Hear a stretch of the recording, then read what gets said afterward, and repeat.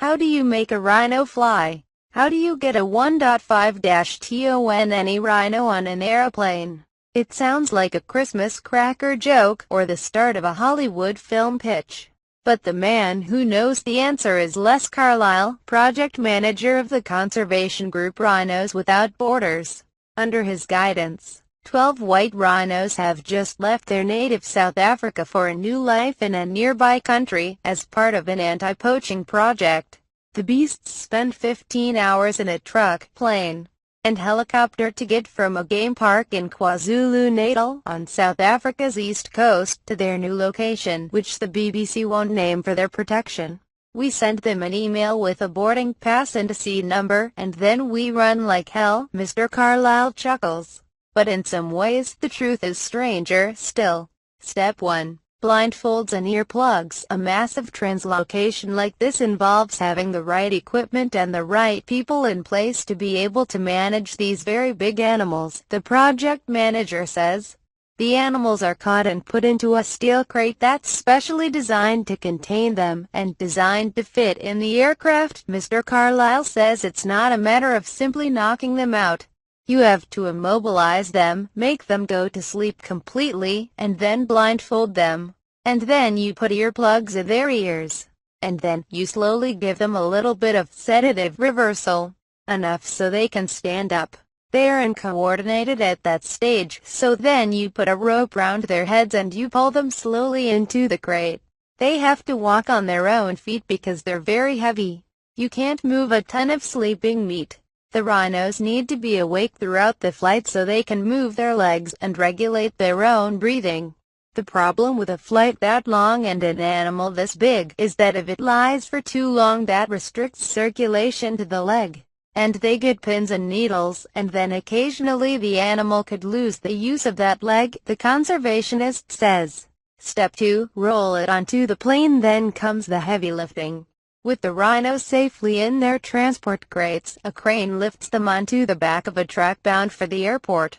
Next, the crane deposits them on a loading vehicle, which will move them onto a plane. In this case we had rollers on the floor, Mr. Carlisle says. We just laid them onto the rollers, and then rolled them into the aircraft. The process involves a significant team of human helpers. The loading, you've normally got between 10 or 12 people per rhino, and we normally do 2 at a time, so 25 people, sadly. The move requires an armed security contingent due to the threat from poachers. Trading in rhino horn has been banned globally for 4 decades, but the substance, traditionally used in Chinese medicine, has a higher black market value than gold or cocaine. Mr. Carlisle says there are 4 rhinos airborne at any one time, in a big military transport plane. Step 3. Customs, and a helicopter for the 12 rehomed animals. The flight time was about 2 hours and 40 minutes. After clearing customs with their endangered species and some serious paperwork, the team encountered an unexpected glitch. Water levels at the rhinos' proposed habitat were too high, with floods a real risk.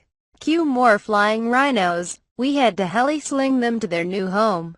They've had 2 flights. It's a hell of an operation, laughs the project manager. Step 4. Happily ever after. Most of the world's wild rhino population, between 20,000 and 25,000 individuals, live in South Africa, where poaching is rife. Rhinos Without Borders ultimately wants to resettle 100 of them. The cost of shifting just one animal is around $45,000 if you include the expense of monitoring teams and anti-poaching patrols. But as over 1,000 a year are killed in South Africa, equivalent to 1 every 7.5 hours, it may be the price of avoiding extinction. Though Mr. Carlisle is a veteran of animal relocation projects, he says this one has been special. I've translocated 40,000 creatures to about 70 new destinations in my career, and this has probably been one of the most emotive. It's absolutely unbelievable to see these animals slowly get up, take a few steps. It really was emotional, phenomenal. Each of the roving rhinos had an ankle tag fitted and an ID chip implanted while under sedation, so monitoring teams can keep tabs on their welfare. With any luck, they'll be too busy grazing and breeding in their new home to even notice.